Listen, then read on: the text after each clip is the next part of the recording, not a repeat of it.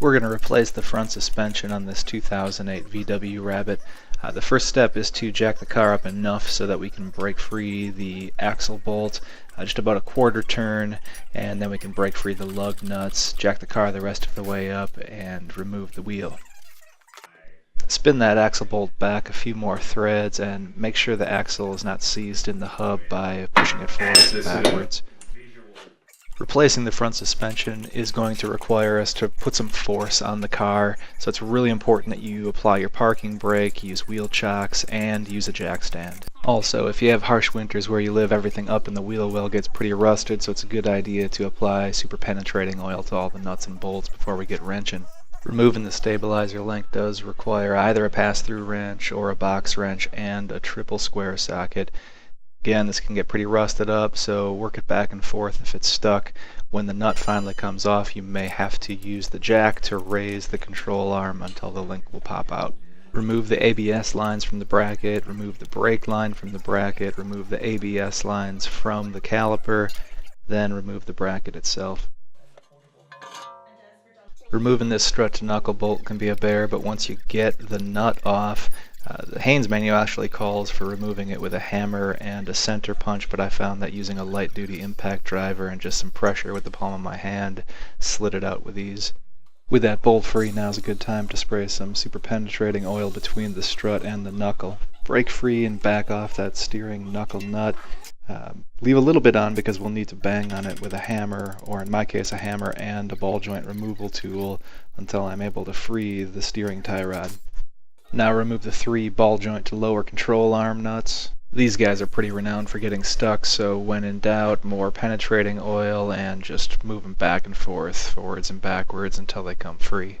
Back the axle bolt all the way out and separate the axle, the lower control arm, and the hub assembly. Support the axle by tying it with a piece of string or rope to the strut. Now the entire hub assembly is hanging from the strut at this point, but don't worry, it's not going anywhere. This is probably the hardest part of the project, is trying to separate that strut from the knuckle. To do that, you have to use a special tool called a strut spreader tool. You see me using one here. Later in the video you'll see me supplementing that spreader tool with some hex sockets.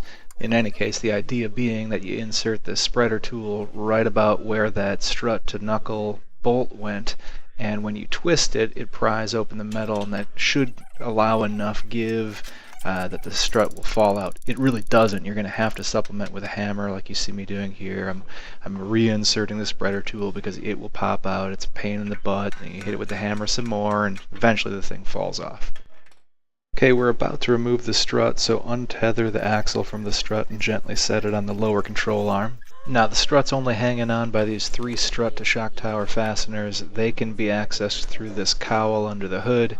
Now the Haynes guide calls for removing the entire cowl, but I found that you can access these fasteners just by removing this rubber trim and your windshield wiper. Incidentally, if you have trouble removing your windshield wipers, see this other video. They can get rusted on something fierce. So with access to those 3 shock tower fasteners, spin 2 of them out, and as you get to that 3rd one, make sure you have a hand on the strut so you can grab it as it falls. Now for me, the inside of that steering knuckle was kind of pitted and corroded, so in an effort to make putting the new strut in easier, I used some WD-40 and a wire brush attachment for my drill to clean out the inside of that knuckle. Now for the most dangerous part of the project, it's dangerous because these springs, they're under enough tension to lift your car, and you need to compress them with these special compression tools. You can buy these tools for around $30 at Harbor Freight, or you can just borrow them from your local auto parts store. Once you've removed the pressure from the spring, you'll need either a pass-through socket or an offset box wrench and a hex socket to separate the strut from the spring. To complicate matters, the nut that holds the strut and the spring together is typically a different size on the stock unit versus the replacement unit. In my case, the nut on the stock unit is 21 millimeters, which is a pretty odd size for an offset box wrench, but fortunately it's pretty close to the size of a 13/16 spark plug socket, which a lot of you guys will probably have laying around, so you can use that spark plug socket for the stock unit. With that top nut removed, we can separate the spring and the strut. We can slide the new strut into place and begin reassembly. Spin the new top nut on. This time you can see it's a more normal size, so I'm using a standard offset box wrench instead of that spark plug socket. Once that's tightened down, decompress the spring. Make sure that's lined up correctly, by the way, and get ready to reinstall the new strut. When reinstalling the strut, it's important to get it aligned correctly. Make sure these arrows are pointing to the front and the back of the car, not to the left or the right. Another way to think about that is to make sure those arrows are closest to the inside of the wheel well. Now just the reverse of removal, get one hand on that strut and the wheel well, one hand up above to thread in one of the 3 shock tower mounting bolts. Once that's in, the rest of the process will be a bit easier. You'll just have to jimmy around the new strut to line up the remaining 2 bolts. Okay, time to get that new strut back into the knuckle. Let's lube it up with some super penetrating oil. Get your jack underneath the lower ball joint and start jacking it into position. That'll help you lift this thing into place and slowly shimmy it onto the new strut. Once the strut's back in the knuckle, you should be able to line up the axle, get that axle back into the hub assembly. In my case, I just use the old axle bolt to keep it temporarily in place because I don't want to damage the new axle bolt until everything's ready to get tightened down. Now here's where it really helps to have either a friend or some Herculean strength. You have to finagle that entire hub assembly, brake caliper, brake disc, axle, all back on top of that lower control arm and get those 3 lower control arm bolts seated back in their holes. I'm just going to fast forward right to that spot because you guys don't want to hear all the obscenities that occurred while I was trying to wrestle this thing into place. Spin those 3 lower control arm nuts back into place. Now chances are when you first seated the new strut into the knuckle it didn't seat all the way, at least that was the case for me. So now that everything's loosely together, we're going to insert that spreader again. We're going to jack up the lower control arm to apply some regular pressure and then use a hammer to try to get that strut to seat all the way. Now you'll know when the strut is seated all the way because this strut to knuckle bolt will not pass through due to that tab at the bottom of the strut until it's fully seated. So just keep on banging with whatever you have. In my case, a pipe lets me get enough leverage on the hammer to finally get it fully seated where the bolt will pass through.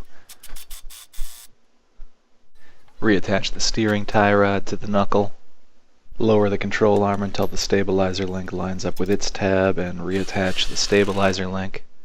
Reattach the ABS and brake line mounting bracket and attach the ABS sensors and brake line to that bracket. Now guys, I'm blazing through this section because you know how to do all this. You took it apart just moments before. But now that everything's loosely back together, it's time to torque everything to spec. So I'm not going to quote you all the torque specs right now. Check your guide, check the internet, just double check everything. Get your torque wrench out and torque each one of these nuts and bolts down until you hear your click. So the 3 lower control arm nuts, the strut to knuckle bolt, the stabilizer link nut, and the steering tie rod ball joint nut, which I lost the video for here. Now we'll install the new drive axle bolt, so back out the old one that we've been using to just hold everything together temporarily, and let's spin in the new one. By the way, the new one, there are 2 different kinds, both work. One has a smooth inside head like this one. The other kind has ridges. It's important to note the difference because there will be a different torque spec depending on which version you're using. Hand tighten the axle bolt. There'll be a 2-step torque down process which requires us to put the tire back on. So let's roll the tire back into place, throw on the lug nuts, jack the car up enough to remove the jack stand, and then lower it enough to put just a little bit of pressure on the tire.